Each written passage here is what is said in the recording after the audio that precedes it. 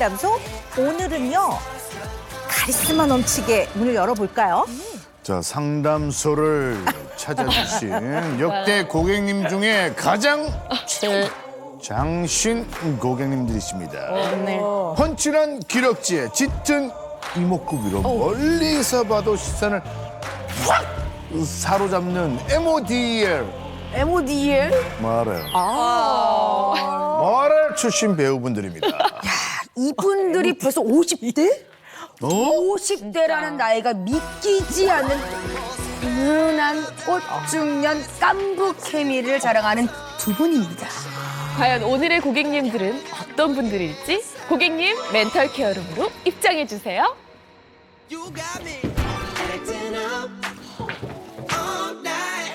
50대 디테일하고? 운영의 금쪽 상담소에 오신 고객님 환영합니다. 자기소개 해주세요. 예, 안녕하세요. 올해로 너무 좋으시고. 한 20년 차 조금 넘은 배우 한종수입니다. 예, 반갑습니다. 23년 차 배우 조연우라고 합니다. 반갑습니다. 꽃치구이 되고 싶어? 거지끼리 독고는 못 살아도 동양바가지는 깨지 말자고. 근데 이게 무슨 소리야? 어? 어떤 기가 재수없게 울고 야! 회장님한테 허락을 받고 싶어서요. 미미를 설득하기가 쉬워질 것 같거든요.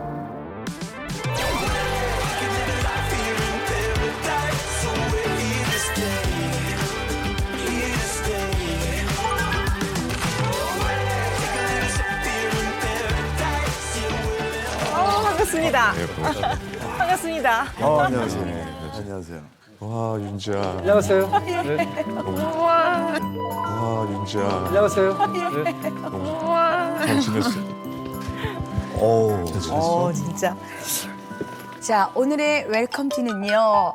50대 꽃중년이지만 여전히 소년미를 뿜뿜하시는 두 분을 위해서 준비한 두 명의 뽀이를 위한 차, 뽀이차를 준비했습니다. 아, 뽀이, 뽀이? 그럼요. 흥 넘치게 드세요. 뽀이, 뽀이, 뽀이.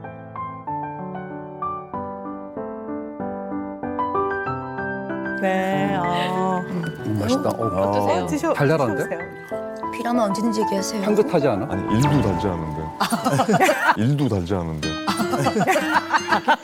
두 분이 나오신 고객님이 되게 많았는데 이런 케미는 좀 약간 처음인데요. 진짜 찐친이죠. 네, 진짜 깐부 냄새. 아니요, 저희는 그냥 쇼윈도 근데 한정수 씨 목소리는 진짜 너무 진짜 목욕 상온 느낌이에요. 감사합니다. 네. 근데 의외로 형동 씨 목소리 굉장히 좋은데요? 아, 그런가요? 아, 그런가요?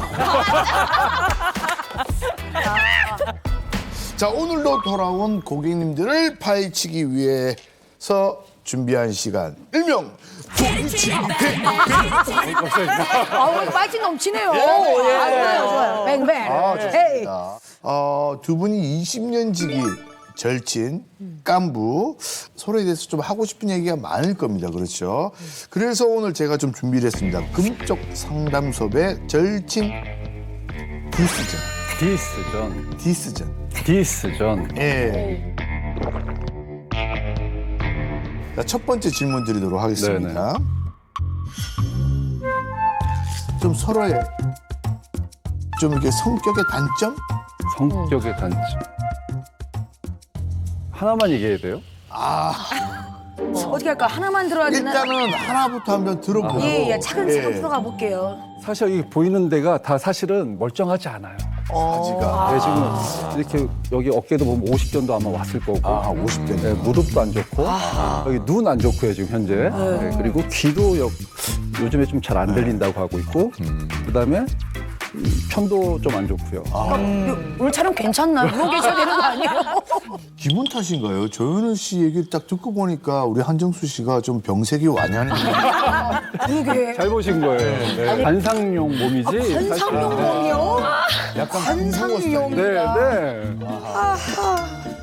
우리 한정수 씨가 볼 때 우리 조현우 씨 같은 너무 좋은 형인데 요거 하나만 좀 바뀌었으면 하는 거 별로 있습니까? 아마 별로 할 얘기는 없을 것 같아요. 이런 모습. 이런 모습들. 예. 그러니까 자기가 어디 가서도 늘 좋은 사람, 늘 매너 있고 착하고 모든 사람한테 좋은 사람이 되고 싶어하는 이런 실상은 어떤가요? 실상은 뭐 아유 말해 뭐해. 아, 그 말해 뭐해. 아. 그 두 번째 질문 약간 조금 진짜 예민할 수 있는. 야, 세다, 이거. 요거 좀 셉니다. 연기력은 내가 낫다. 아, 제가 낫죠. 시원시원하네요, 정말. 저는 뭐 이런 얘기를 한다는 것 자체가 좀 창피하고. 통상 저희가 질문했다가는 두 분의 사이가 좀 멀어질 것 같아서 이제 바로 이제 닥터 5로 가도록 하겠습니다. 예. 그러면요, 우리 조현우 씨 먼저 어떤 고민으로 금쪽 상담소를 찾아주셨을지 먼저 영상으로 확인해 보겠습니다.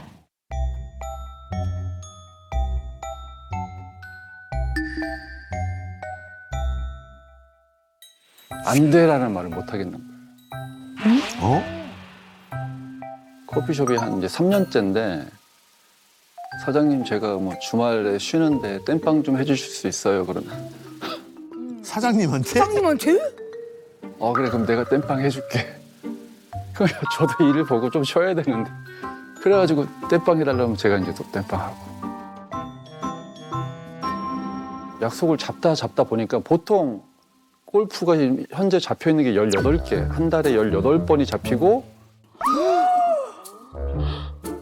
하루 건너 하루가 아니라 어쩔 때는 월, 화, 수, 목, 금 뭐 이렇게 5일 내내 친 적도 있고 여러 가지로 나한테 지장이 있는데 또 갈 수가 사실 가기 어려운 상황인데도 거절을 못해서 잡았다가 점점 날이 다가오면 부담이 되는 거예요. 그 약속을 가야 된다는 게.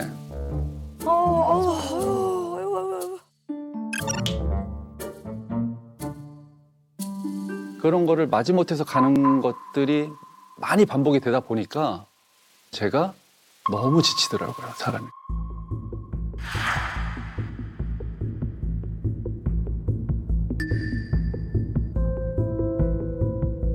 절대 끝까지 뭐 싫다거나 거절을 한다거나 뭐 그러지를 못하더라고요. 제가 옆에서 보면. 연예인들은 그런 부탁 같은 게 많이 들어오잖아요. 만약에 뭐 이제 뭐 결혼식을 한다거나 뭐 행사를 한다거나 그런 것도 뭐 친분 관계가 없는데 모르는 사람인데 뭐 그런 것까지도 다 무조건 다 그냥 예 뭐 다 오케이 그냥 옆에서 보고 있으면 좀 답답하죠. 네. 굳이 저렇게까지 할 필요가 있나. 네.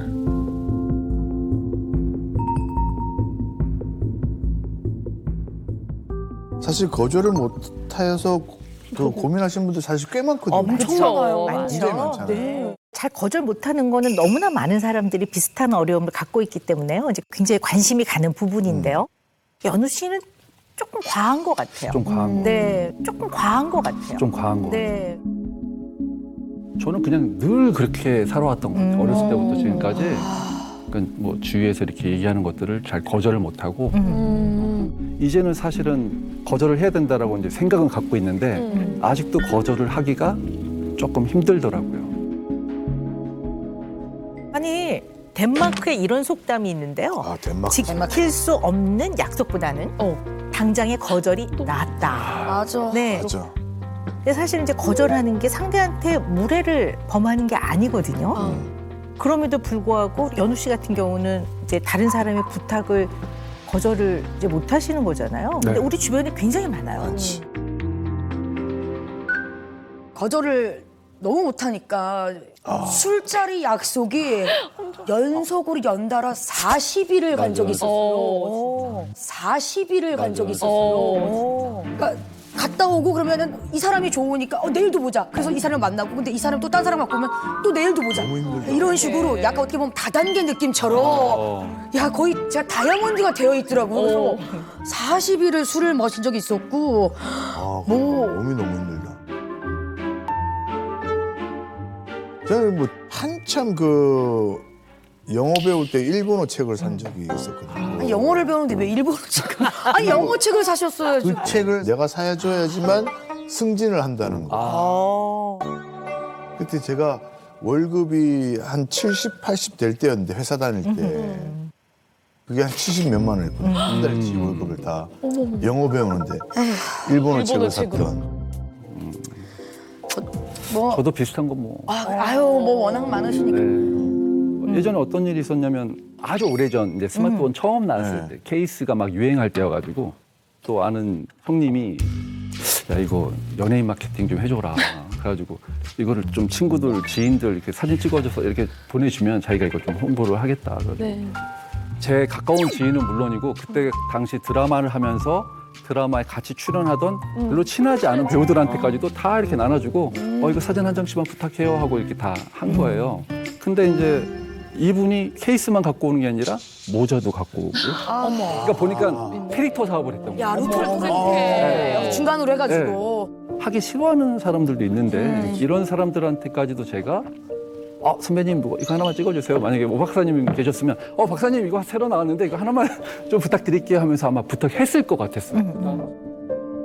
이게 너무나 제가 열정적으로만 하고 있는 거예요. 도와주고 싶어가지고. 그러니까 예전에 그런 부탁을 저한테도 많이 했어요. 말도 안 되는 가방 갖고 와가지고 그 초등학생 가방 애들 가방 갖고 와가지고 성수한테 한용수 씨 하나도 안 어울리는데. 이거 그런 하나만 부탁이 찍어줘. 되게 많았는데 저는 솔직히 하기 싫죠. 하기 싫은데 연우 형이랑 관계 때문에 어쩔 수 없이 그런 걸 해준 적이 많이 있어요. 뭐 친한 형님이지만 본인의 사업을 위해서 뭔가를 해달라고 할 때 그게 과하면 아니, 이걸 내가 왜 다 짊어져야 되지 이런 생각이 들잖아요. 네. 그러면 마음 한 구석은 불편한 거거든요. 네. 그러니까 정말 마음이 편해서 아무렇지도 않고 편안한 상태에서 들어주는 거면 괜찮은데 그렇지 않단 말이에요. 이거를 어떻게 보면 개인적으로 좀 마음이 불편하고 또 몸이 힘들고 이거 그냥 개인적 피해라고 그냥 좀 한번 얘기를 해보자고요. 그럼 이런 피해를 보면서까지도 거절을 못 한단 말이에요. 정말 살다 보면 어쩔 수 없이 정말 거절해야 되는 상황이 생기거든요. 그럴 때 어떡하세요? 어떤 거절 고민인가에 따라 다르지 않을까요? 어떤 거? 이게 문제야. 왜냐하면 어떤 거냐? 이게 문제야. 왜냐하면 어떤 거냐? 어떻게 해서라도 들어주려고 하는 마음이 있으니까 자꾸 어떤 걸 사정을 들어보자는 거거든요. 벌써 거기서 출발부터. 형님, 우리 그 사촌 누나의 당숙이 그 팔순인데 그 형님 혹시 괜찮으면 사회 한 번만. 어떡해. 아니, 이런 제안도 있죠. 실제로. 근데 그날이 그 와이프랑 결혼기념일이어서. 결혼기념일이어서. 근데 빨리 갔다 와야죠. 제가. 어디를? 여기를? 사회를? 네. 왜냐면 그 기념일은 저녁 식사 자리만 하면 되니까. 낮에 후딱 해서. 아니 하루 종일. 오늘은 하루 종일. 기념일이니까. 제주도. 팔순. 팔순인데 제주도. 하루 종일. 제주도예요? 예. 이거는 제가 거절할 수 있을 것 같아요. 어떻게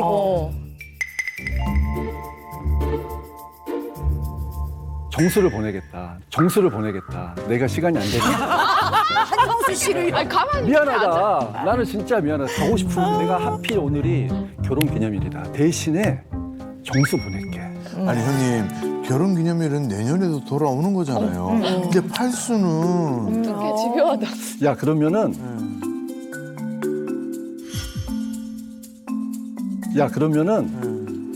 와이프한테 한번 물어볼게.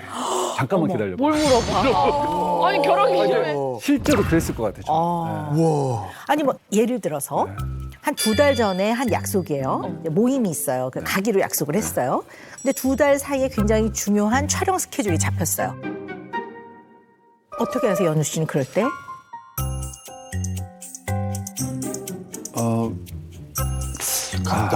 갔네. 저 호흡은 갔어. 가는 호흡이야. 갔네. 이거는 가는 거야. 촬영이 아니더라도 제가 약속이 이제 뭔가가 중복이 돼가지고 못 가는 상황이 되면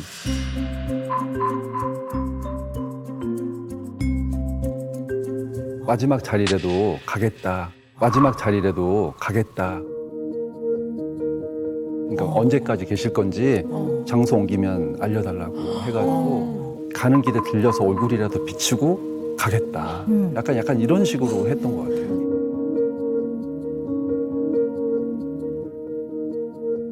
오늘 말씀하신 걸 보면 굉장히 중요한 몇 가지 특징이 좀 있거든요.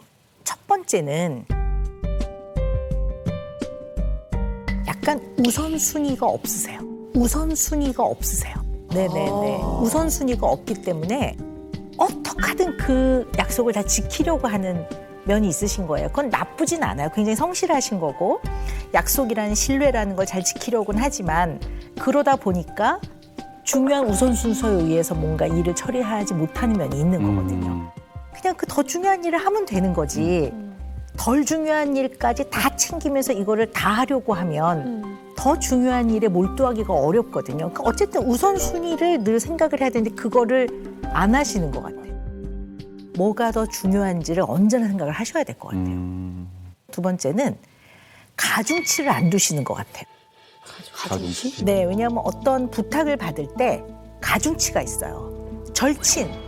그러면 가중치를 두는 거죠. 예를 들어 똑같은 부탁을 무게를 10이라고 보면 이 사람이 나한테 어떤 존재고 관계가 어떤지에 따라서 가중치를 둬야 된단 말이에요. 아는 사람이 또 아는 사람. 그럼 가중치가 거의 없는 거죠. 그거와 내 일 내지는 우리 가족의 일, 나의 배우자의 일 또는 절친인 정수 씨의 일 이거와 한 달이 건너서 아는 사람하고 어떻게 가중치가 같습니까? 근데 이거를 비슷하게 보시는 경향이 있어요. 거절을 잘 못하는 분들 중에는 거절을 하면 상대가 나를 싫어할 것 같아서 거절 못하는 사람이 있거든요. 그러니까 내가 거절을 하면 이 사람이 나를 싫어하고 그러면 결국 인간관계에서 내가 거절당할까 봐 나라는 사람 자체가 그럼 굉장히 두려움이 깔려 있는 거죠. 그러면 거절에 대해서 굉장히 민감해지거든요.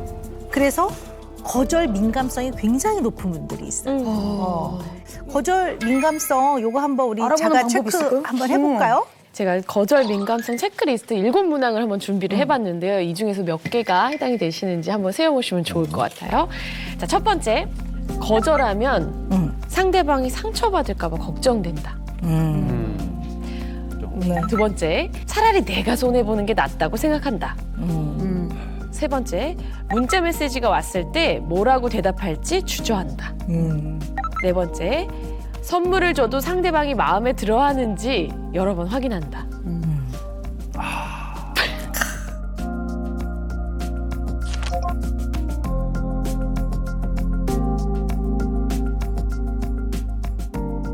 끝났나요? 네, 끝입니다. 네. 은우 씨 손가락이 다 다섯 다 개. 적었어요. 아, 네. 아, 7개 다 적었어요? 아니, 아, 6개, 6개. 아, 6개. 네. 아니 보통 우리 7문항 중에서요 4개 이상일 때 나한테 좀 이런 면이 있나 좀 생각해 보시라고 하거든요. 그럼 지금 7문항 중에서 6개면 네 거절 민감성 높으시네요. 네. 엄청 높네요. 그럼 정수 씨는 몇 개 해당되세요? 이게 너무 적어도 안 좋은 건가요? 민감하지 않습니다. 네. 저 하나 남았어요. 어떤 거 생각하세요? 완전 두 번째. 두 번째, 차라리 내가 손해보는 게 낫다고 그거 생각한다. 말고는 나머지는 네. 잘하시는구나. 네. 정수는 거절은 잘하더라고요. 저는 예전으로 치면은 저는 오히려 만점이 나왔을 것 같은데 지금 좀 많이 좋아져서 맞아. 4개, 4개인데 아직까지도 안 되는 거는 인간관계에서는 거절을 잘 못하는데 일과 관련되면은 좀 거절도 제대로 하려고 하는 편이고 싫은 소리도 좀 얘기를 해야겠더라고요. 진짜. 들어보니까요. 나래 씨는 사람과의 관계가 너무 중요한 사람이거든요. 그래서 이 부분에 있어서는 거절 민감성이 너무 높은 거고 인간관계에 굉장히 연연하기 때문에 거절을 했다가 내가 사람들과의 관계에서 소외되면 어떡하지라는 두려움, 공포, 불안이 있다고 볼 수가 있고요. 연우 씨는 good man, good person이고 싶으신 거예요.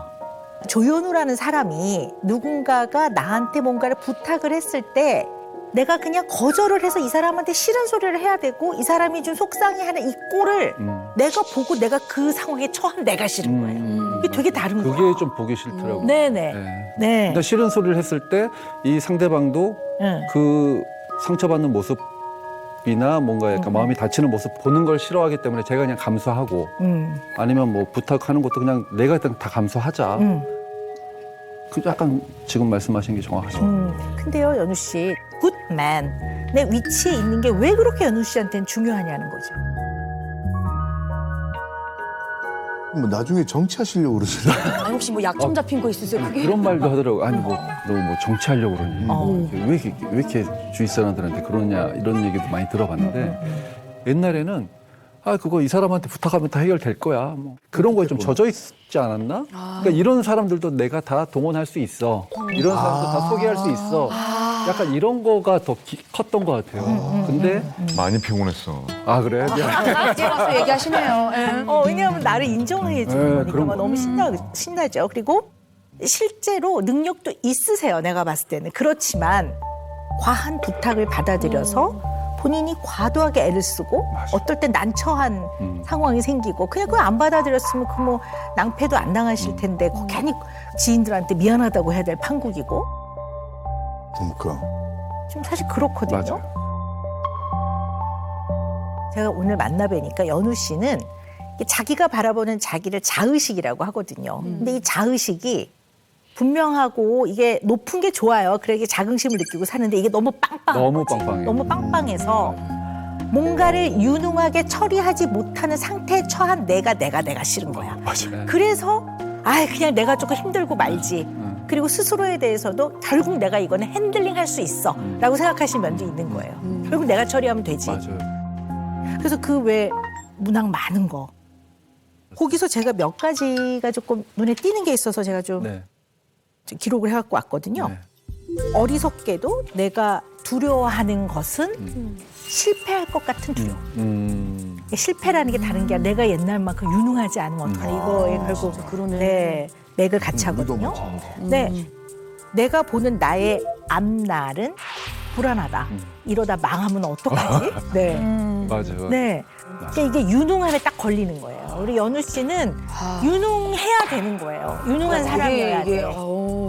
네. 딱 맞아 떨어져. 네, 네, 그러네. 네. 그래서 인간의 관계에 있어서도 내가 유능해서 구차한 소리 안 하고 내가 처리할 수 있어야지만 본인이 굉장히 만족감을 느끼고 편안한 상태이신 것 같아요. 맞아요. 네. 가장 기본이 되는 걸 알려드릴 텐데요. 그러니까요. 여기서 제일 중요한 거는요. 이것을 생활 속에서 편안하게 쓱 나오도록 하는 데에는 머릿속에만 담고 있는 게 아니라 거울 보고 200번 연습해야 돼요. 아 그래요? 네. 그래야 그 상황에서 자연스럽게 나와요. 네. 그래서 우리 연우 씨뿐만 아니라 이제 우리 프로그램 보시는 시청자분들도 이 거절의 법칙을 잘 이렇게 한번 생각을 해보셔서 진정한 배려의 아이콘으로 우리 연우 씨 거듭나시기를 네, 바라겠습니다. 배려의 아이콘. 네. 네, 이번에는 한정수 씨께서 어떤 고민을 가지고 상담소를 찾아주셨을지 영상으로 확인해 보겠습니다.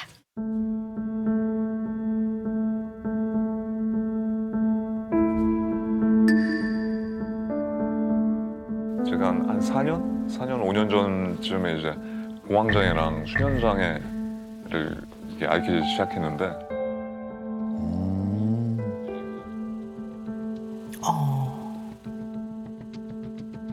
처음에 온 게 극장에서 온 것 같아요. 영화 보다가 이제 심장이 막 두근거리고 호흡이 안 돼가지고 영화 보다가 중간에 이렇게 뛰쳐나왔던 것 같아요.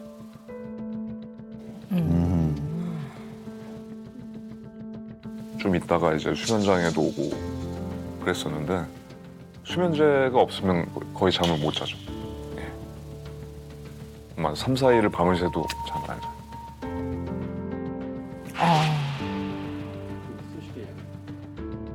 일상생활이 거의 안 됐던 것 같아요. 처음에 한 2, 3년 동안은. 공항에 오면 막 이제 빨리 일단 이거 진정시켜야 되니까 일단 약부터 찾죠. 예. 일단 약을 먼저 빨리 먹고 이거 가라앉혀야 되니까. 공항약 한두 알 가지고는 저는 아무렇지도 않아요. 그래서 그 친구를 항상 다닐 때 이만한 파우치를 두고 다녀요. 그럼 파우치를 열면 약이 수십 개가 있어요. 아유. 내가 나한테 이게 왜 왔을까, 이 병이.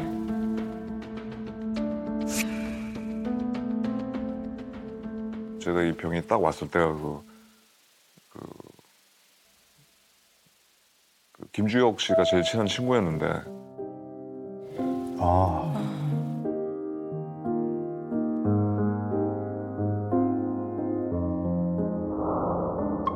그 친구가 사고가 나서 이제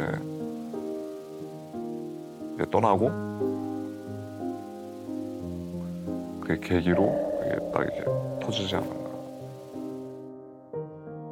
그냥 딱 그 친구가 갔을 때 딱 드는 느낌이 그거였어요. 그냥 세상에 나 혼자 남겨진 느낌? 아, 나밖에 없구나 이제. 세상에 나 혼자뿐이네. 약간 이런 느낌 아직도 가지고 있죠.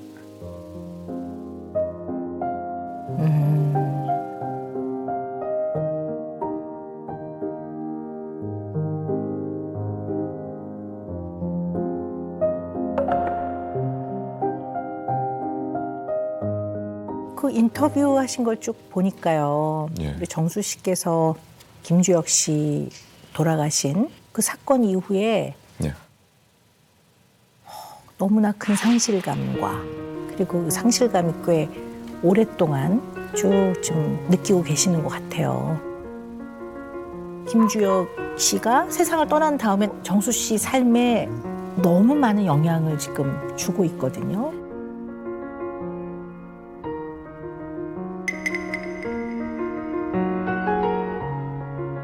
사실 저도 제가 그게 궁금한 게 그 일을 겪기 전까지는 좀 굉장히 좀 밝은 사람이었어요. 오히려 늘 업돼 있는 게 문제였어요.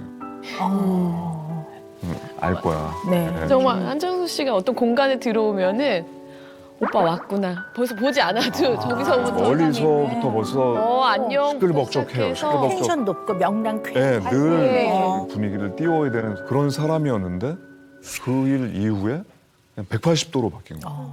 네네. 제가 이렇게 밝은 성격인데도 공황이나 수면장애나 불안장애나 이런 것들이 이런 게 온 게 너무 신기하더라고요. 잘 안 오지 않나요? 그런 성격을 가지고 있는 사람들이? 자기에게 너무 중요한 사랑하는 이 사람이 세상을 떠났을 때는 예외 없이 누구나 그 충격이로 말할 수가 없죠. 저는 팬의 한 사람으로서 굉장히 좋아했습니다. 일단 연기가 너무 좋으시잖아요. 그래서 저도 그때 그 뉴스 보도를 듣고 굉장히 놀랐습니다. 우리 수제자분들도 그 다들 이제 알고 저도 계시니까. 그 기사 보고 되게 네. 놀라기도 했고 특히나 대포권 씨는 1박 2일을 네네. 같이 하고 있을 때였거든요. 그래서 굉장히 좀 오랫동안 힘들어했고 네네. 또 아직도 지금 네, 찾아뵙고 맞아요. 인사하고 있더라고요. 주혁이가 얘기 굉장히 많이 했어요. 그 1박 2일 멤버들을 가장 좋아했어요. 사실 또 이제 주혁이 오빠하고도 그렇고 한정수 씨하고도 그렇고 저희가 다 같은 소속사였습니다. 네. 그래서 김주혁 선배님 같은 경우에는 이제 제 첫 영화를 선배님과 찍을 수 있었던 그 영광스러운 경험도 있는데 이제 정수 오라버니를 그때 이후로 너무 오랜만에 뵙는 것이고 또 그 사이에 하필이면 이제 저도 친한 친구가 이제 하늘나라로 가는 그런 경험을 겪어가지고 좀 더 오빠 마음에 찰싹 붙어서 오늘 선생님 말씀을 듣게 될 것 같다라는 생각이 들어요. 네. 제가 기억을 하기에는 돌아가신 원인이 이렇게 정확하게 밝혀지지 않았다고 저는 거기까지 알고 있거든요. 예, 네, 예. 제가 알고 있는 게 맞는지. 예, 저희도 뭐 제가 알고 있는 것도 배우 김주혁 씨가 오늘 오후 서울 강남에서 교통사고로 숨졌습니다. 취재기자 연결해 자세한 소식 들어봅니다. 서상희 기자. 네, 사회부입니다. 네, 자세한 사고 상황 전해주시죠. 네, 인기 영화배우 김주혁 씨가 교통사고로 숨졌습니다. 이 사고가 난 건 오늘 오후 4시 반쯤입니다. 서울 강남구 삼성동의 아파트 정문 앞도로에서 김 씨가 몰던 검은색 SUV 차량이 승용차를 뒤에서 추돌하는 사고가 났습니다.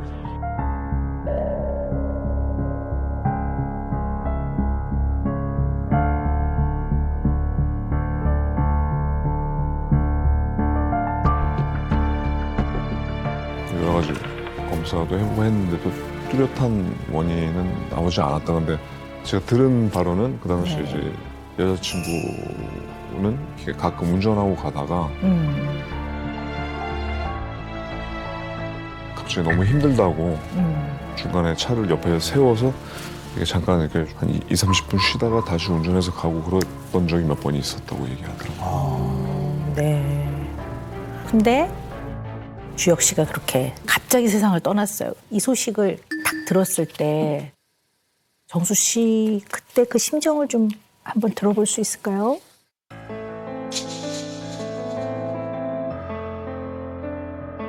갑자기 친구한테 전화가 왔어요.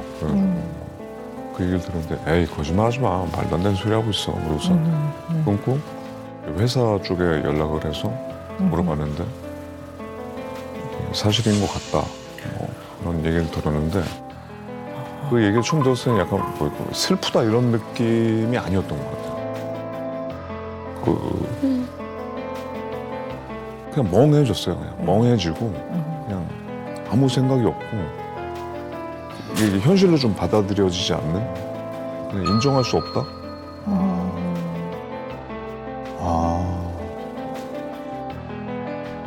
지금 한 5년이 지났지만 거의 신나게 웃어본 적이 한 번도 없어요. TV에서 아무리 재미있는 프로그램 막 너무 웃긴 프로그램을 봐도 웃음이 안 나요. 잘. 아무와도 연락하지 않았고 대부분의 대인관계를 끊었죠.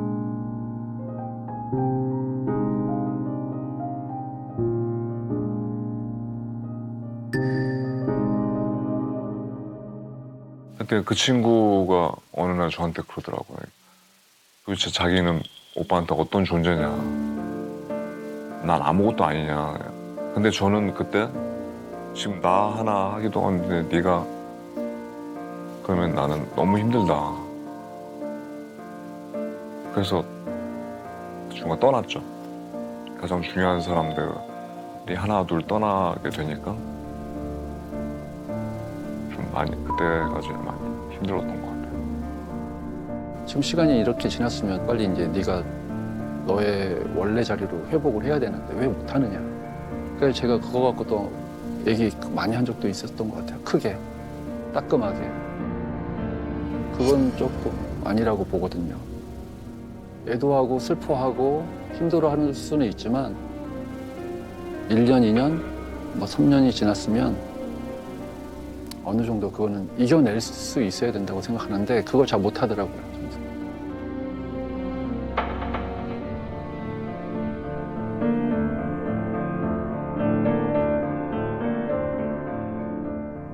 주위에서 굉장히 걱정을 많이 했거든요. 그러니까 오히려 저희들이 질투를 했어요. 야, 너 우리들이 제일 친한 친구 아니야? 아니요. 주혁이가 제일 친한 친구라. 항상 우리는 두 번째였거든요. 그래서 질투를 하고 하면서 했는데도 걱정해주고 기다려줬어요. 그래서 연락이 안 돼도 1년, 2년 기다렸던 것 같아요. 서로 왕래가 없었어요, 그 당시에. 근데 그 이후에 만났던 애가 너무나 에너지가 없고 생기가 없고 약을 막 한 움큼씩 먹는데 깜짝 놀랐다니까요. 너무 걱정스러워요. 두려웠던 거는 그냥 갑자기 이제 세상에 나 혼자 된 것 같은 느낌. 이 지구상 위에서 나 혼자 서 있는 것 같은 그런 느낌.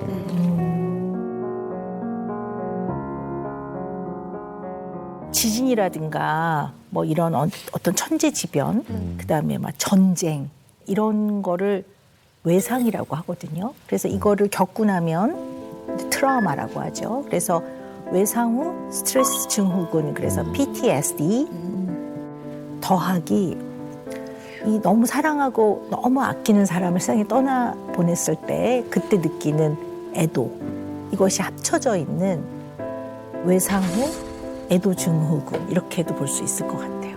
네.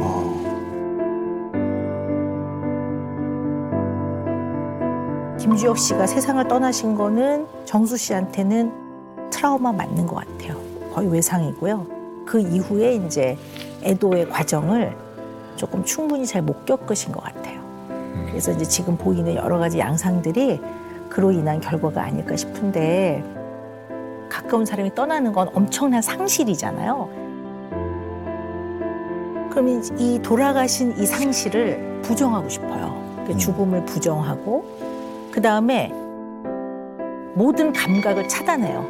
그러니까 맛도 못 느끼고 네, 맞아요. 입맛도 전혀 없고 그래서 애도를 해나가는 과정에서 회복의 3단계가 있어요.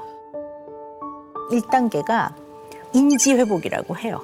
인지. 그래서 잃어버렸던 감각들이 조금씩 돌아와요. 그러면서 이 그리운 사랑하는 사람의 사망한 이 팩트, 사실을 정말 이제는 없구나. 세상을 떠난 게 맞구나. 이렇게 이제 머릿속으로 이제 알아차리게 되죠. 애도의 과정에서 이제 2단계는 이성을 회복해요. 이성이 회복되면서 이제 떠났다는 사실을 완전하게 이제 받아들이게 돼요. 받아들이는데 문제는 다시는 볼 수 없다라는 사실에 굉장한 절망감을 느끼죠.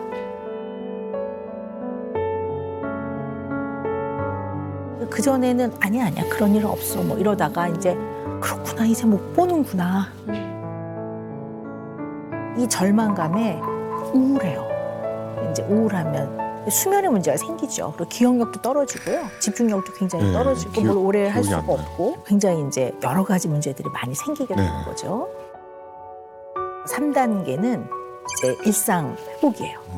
그야말로 여전히 슬프지만 여전히 그립지만 스스로에게 힘을 불러넣으면서 내가 떠난 사람 목까지 잘 살아야지 이러면서 이제 약간 일상으로 회복을 하는 단계라고 볼 수가 있는데요.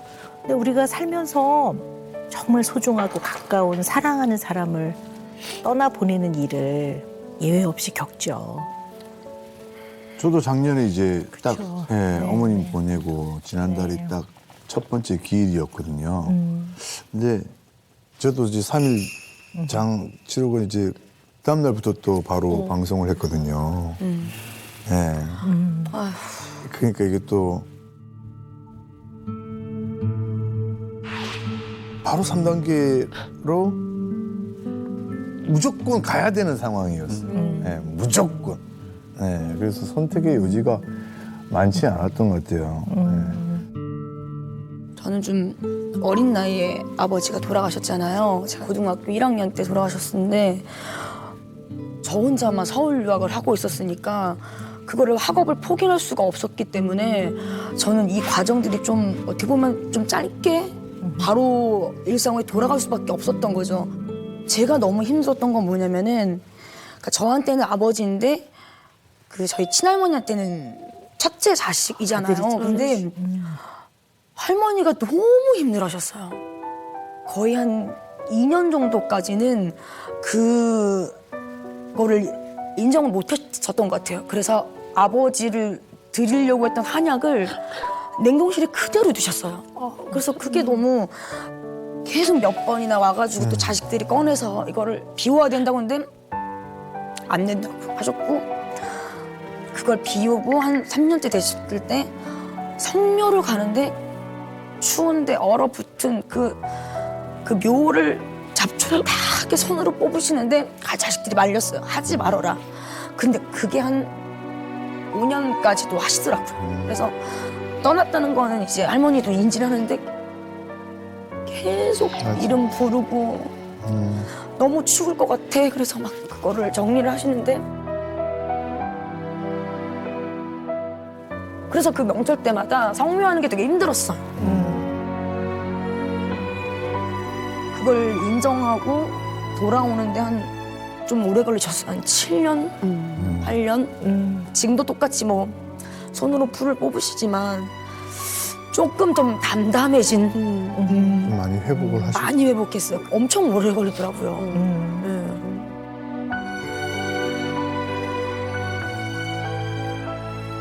근데 선생님 저도 이제 비슷한 경험이 이제 한 2년 조금 넘었거든요, 선생님. 근데 저는 이제 아이들도 있고 제가 또 어떤 이유들이 강하게 있다고 느끼다 보니까 일상으로 회복하는 그 3단계가 되게 처음부터 같이 이렇게 시작이 됐던 것 같아요.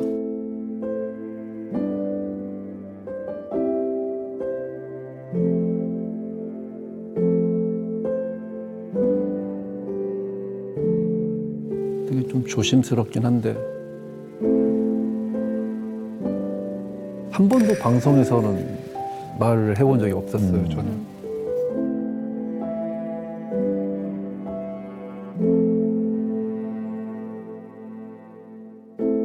최진실 누나 돌아가셨을 때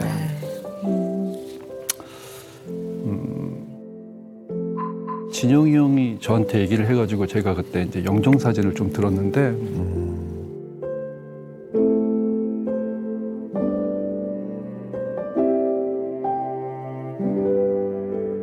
근데 또 그거 갖고 또 뒤에서 또 너무 말이 또 많았었어요. 야, 왜 네가 영정 사진을 들어보고 진실이 누나랑 너랑 무슨 관계야? 뭐 이렇게 그런 질문을 하는 친구들도 있었고. 아니, 그런 사건이 어떻게?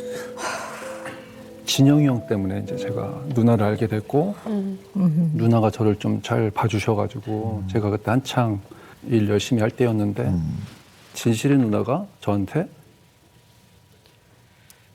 같이 일을 하자고 본인이 이제 사무실 만든다 그렇게 일을 같이 하기로 하고 거의 이제 자주 보고 근데 먼저 이렇게 이끌어주는 분을 이제 처음 저도 이제 그런 보살핌을 받는 그런 느낌을 좀 처음 받았던 것 같아요. 근데 이제 누나가 이제 저한테 야 우리 집안 사람들이 왜 이렇게 다 널 이렇게 좋아하는 거야? 딱 그러는 거예요. 왜요? 그랬더니 진영이 형도 저를 되게 칭찬하고 되게 좋아했고 나도 널 좋아하고 가족끼리 모이면 제 얘기를 그렇게 많이 한다고 그만큼 저를 되게 많이 아껴주셨는데 그 날이 있기 전날 제가 이제 몸살이 있어가지고 집에서 쉬고 있었는데 5시, 6시쯤 이제 전화 와가지고 지금 회사 식구들하고 다 모여있으니까 얼굴 보자. 너 보고 싶다. 그래서 식사 중에 전화를 했어요. 근데 제가 이제 몸살이 있어가지고 아 누나 죄송하다 오늘은 너무 못 나가겠다. 그랬더니 삐지더라고요 막. 그래서 아 미안하다고 거절했는데 또 한 20-30분 있다가 전화 와가지고 야 너 진짜 안 나올 거냐? 너 오늘 꼭 보고 싶다. 꼭 나와라. 근데 이제 좀 맥주를 한잔 하신 것 같더라고요. 그래가지고 알았어요 누나 나갈게요 해놓고 또 안 나갔어요. 전화가 한 5번 왔고 한 5시부터 한 9시? 그때까지 계속 전화가 왔어요. 그래가지고 제가 아 이건 무조건 안 나가면 안 되나 보다 해가지고 9시 넘어서 나갔는데 그때 이제 저희 대표님하고 뭐 여러분들이 모여 있었어요. 그래가지고 누나 봤는데 좀 누나가 좀 취했더라고요. 뭐 별 얘기도 없었어요. 취해가지고 뭐 이렇게 몇 마디 하다가 한 20분 있다가 이제 누나는 가셨는데 그 다음 날 아침 7시에 이제 딱 전화를 받은 거죠. 이제 대표님한테. 진짜 뭐 믿기지가 않았죠. 그리고 한편으로는 또 그래서 이렇게 나를 보려고 전화를 했었나. 안 나갔으면 어땠을 뻔했을까. 뭐 별의별 생각이 다 들었어요. 근데 이제 그 이후에 진영이 형도 또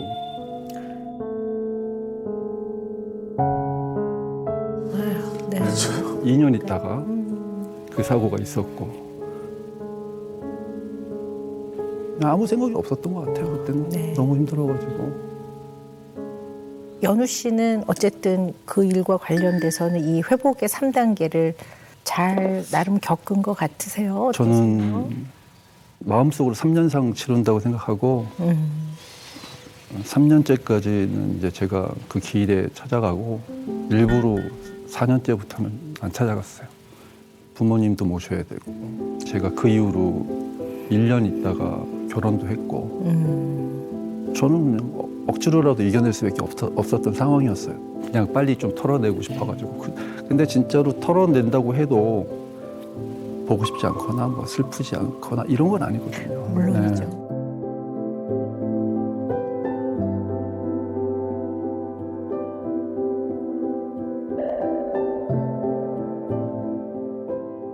그럼 이제 정수 씨는 스스로 좀 생각하시기에 이 회복의 3단계 중에 어느 단계 좀 와 있는 것 같으세요? 저는 아직 3단계까지는 오지 못한 것 같아요. 네네. 완전히 이제는 내 옆에 없구나. 나랑 인정을 잘 네, 못하게- 인정을 잘 못하시는 못하는 것 것 같아요. 같아요. 네네네. 네. 돌아가셨다는 건 머리로는 알지만 어쨌든 네, 예, 인정이 그걸, 안 되는 거예요. 예, 인정하고 싶지 않은 것 같아요. 네네네.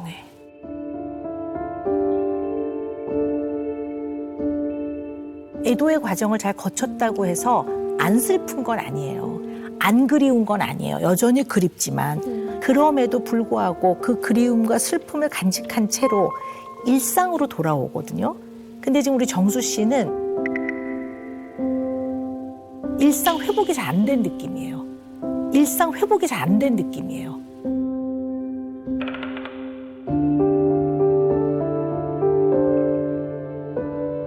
네. 근데 저도 사실은 네. 정신적으로나 이렇게 뭘 극복하고 싶지만 저 같은 경우는 이제 그런 아픔들이 이제 신체적으로 온 거잖아요. 네, 네.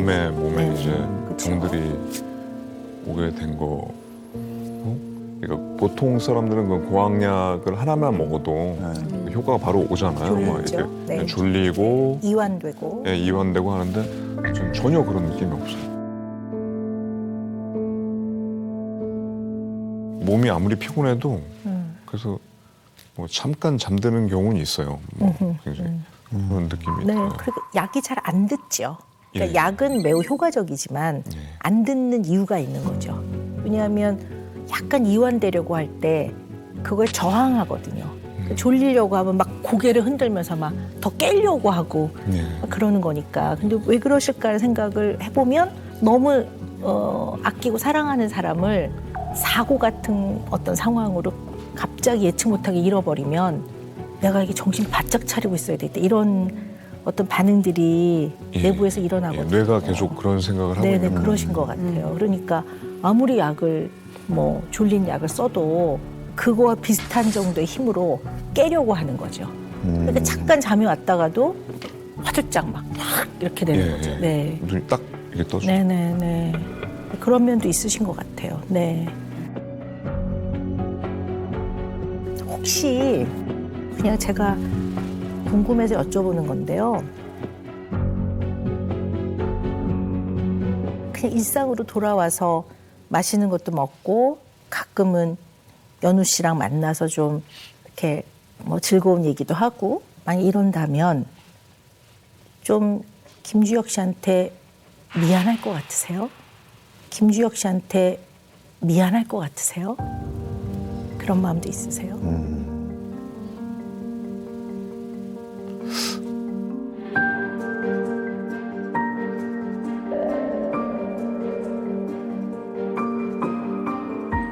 이제 이 애도의 과정을 거쳐서 회복을 조금씩 해나가면 여전히 슬프고 보고는 싶지만 일상으로 돌아와서 가끔 웃기도 하고 뭐 노래도 부르고 그런단 말이에요.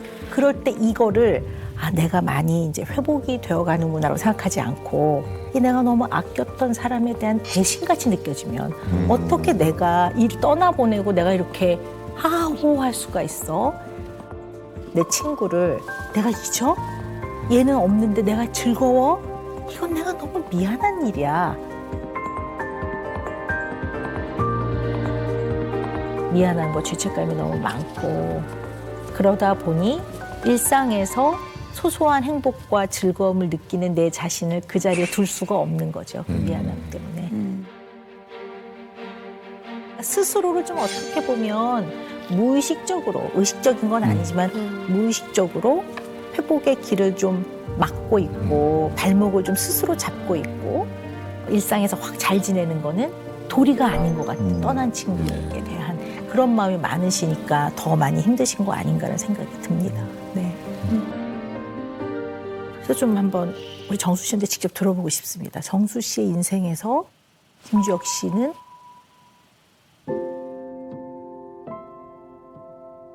제가 의지를 많이 했던 것 같아요. 친구한테. 정신적으로. 한 15년 거의 매일 봤던 것 같아요. 매일. 거의 별 특별한 일이 없으면 거의 매일 보다시피 하고 그것도 뭐 시도 때도 없이 뭐 새벽 2시간, 3시간 전화해가지고 뭐해? 배고픈데 뭐 먹으러 갈까? 새벽에 또 어디 먹는 데 찾아서 가서 먹고 그냥 언제든 내가 연락하면 언제든 볼 수 있는 친구.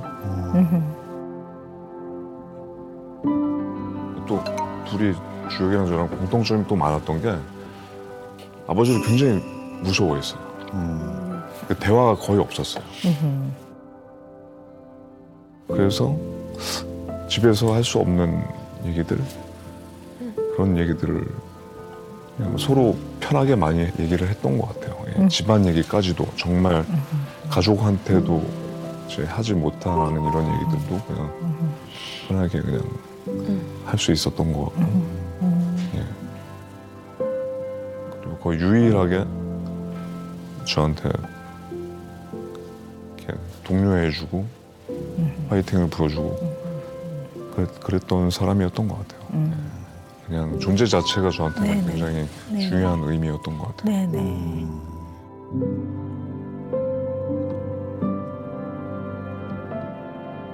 그 우리가 이제 아주 사랑하는 가까운 사람과 관계를 시작하고 그 관계를 유지하려는 것, 이것이 애착이거든요.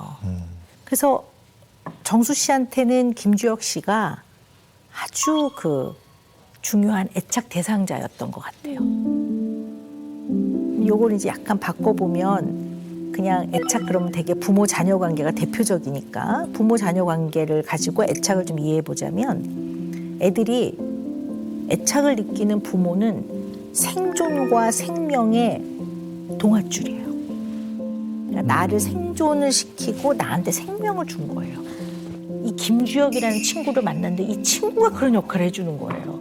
용기를 북돋아주고 정서적인 지지를 뭐 예를 들어서 내가 뭐 지난번에 연기가 조금 마음에 안 들어 그러면 적절하게 제가 마음에 촛불을 켜준다고 그러잖아요. 그래서 이 촛불이 탁 켜지면서 그 마음의 방이 환해 밝아지고 촛불의 온기 때문에 따뜻해지는 경험을 김주혁 씨로부터 하신 거예요. 그러니까 주혁 씨가 부모 같은 어떤 그런 상징적인 아주 따뜻함을 준 존재였던 거죠.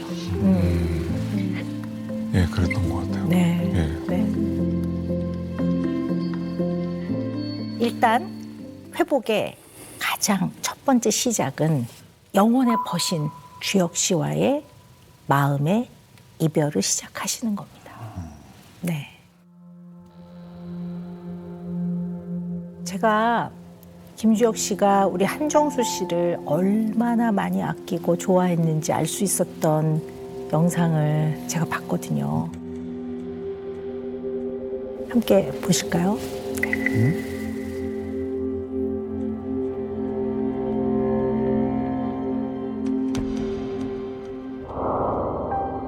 연기도 바람의 화원에서 문근영 씨 아버지로 나왔는데 약 2회 정도 출연했는데 이 친구가 대단한 친구예요. 회상으로 18회, 20회까지 다 짜여가지고 돈을 다 받아낸 친구예요.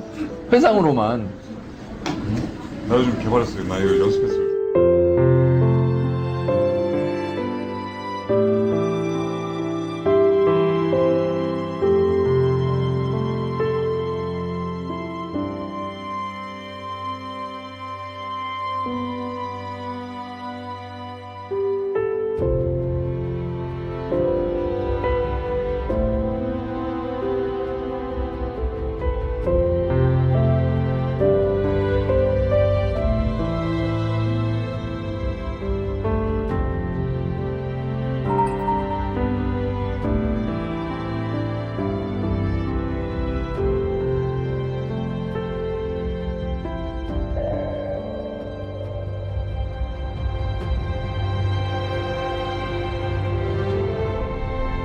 굉장히 짧은 영상인데 이 두 분이 너무 진짜, 가깝고 네. 너무 편안해 보입니다. 네.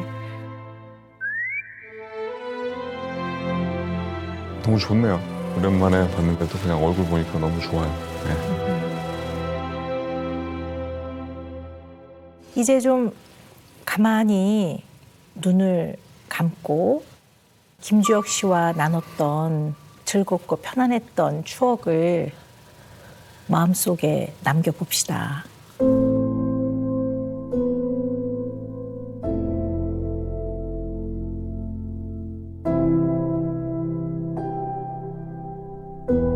근데 이게 슬픔과는 이제 조금 이별하는 그런 인사를 좀 한번 해볼까요?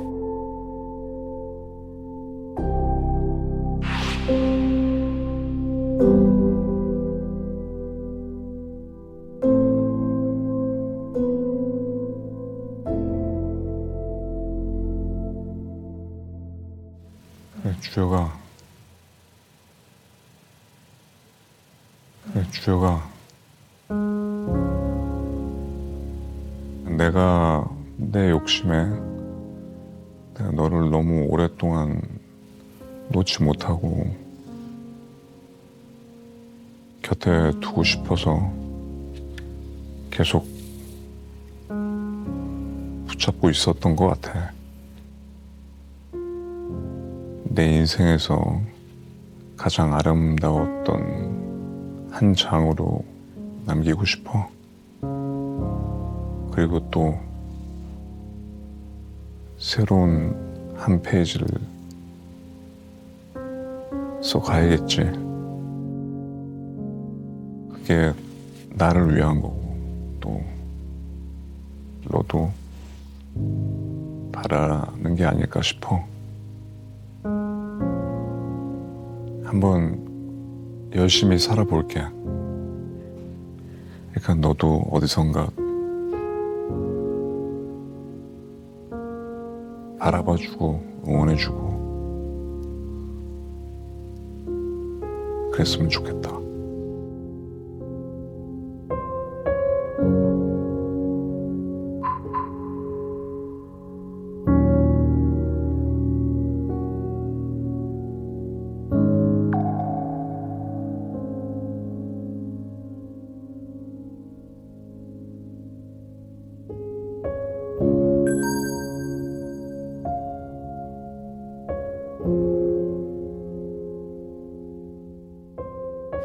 좀 이렇게 얘기해 보시니까 좀 어떠세요?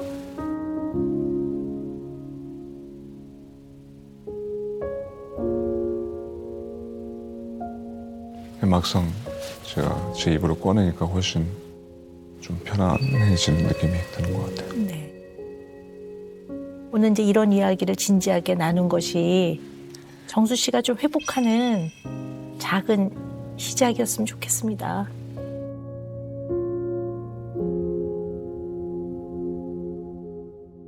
한 인간한테 귀하고 소중한 이 대상은 세상을 떠나도 바람이 돼서 봄이 되면 뺨을 스치는 따뜻한 바람이 되고 우리가 살면서 굉장히 인생이 길을 잃고 헤맬 때가 있거든요. 이때 따라갈 수 있는 별이 되고 어떨 때는 꽃향기가 돼서 내 코에 스치고 그런 존재로서 언제나 이 세상에서 이 자연에서 언제나 옆에 있을 겁니다. 다 사연은 다르지만 아끼는 사랑하는 대상을 잃은 수많은 마음 아프신 분들 오늘 이 시간이 살아갈 수 있는 힘을 조금 찾는데 작은 시작이었으면 하는 게 그냥 저의 바람입니다. 네.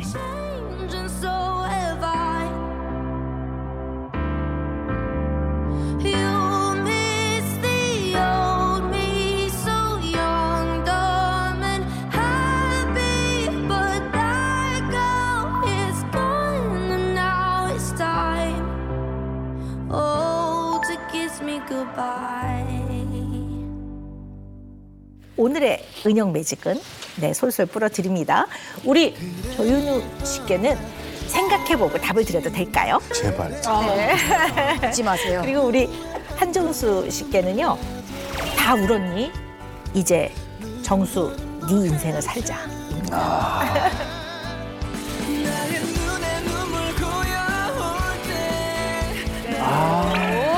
마지막입니다. 보시면서 항상 생각하세요. 아, 이거를 항상 갖고 다녀야겠네요. 네.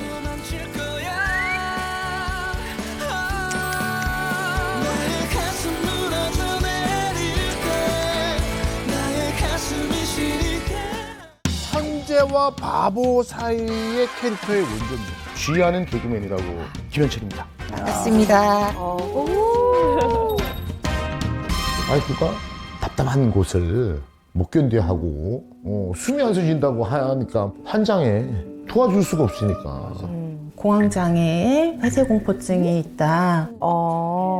속옷도 풀고 양말도 벗고 신발도 벗고. 어머나. 애가 오죽하면 엄마 이거 참아야 돼 이러는데도 어떻게 할 수가 없는 상황에서 저도 못 참고 위험한지 알면서도 뛰어내린 적이 있어요.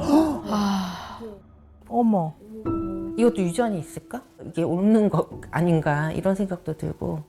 아니 그렇게 아이를 걱정하고 그러시면서 왜 치료를 제대로 안 받으실까?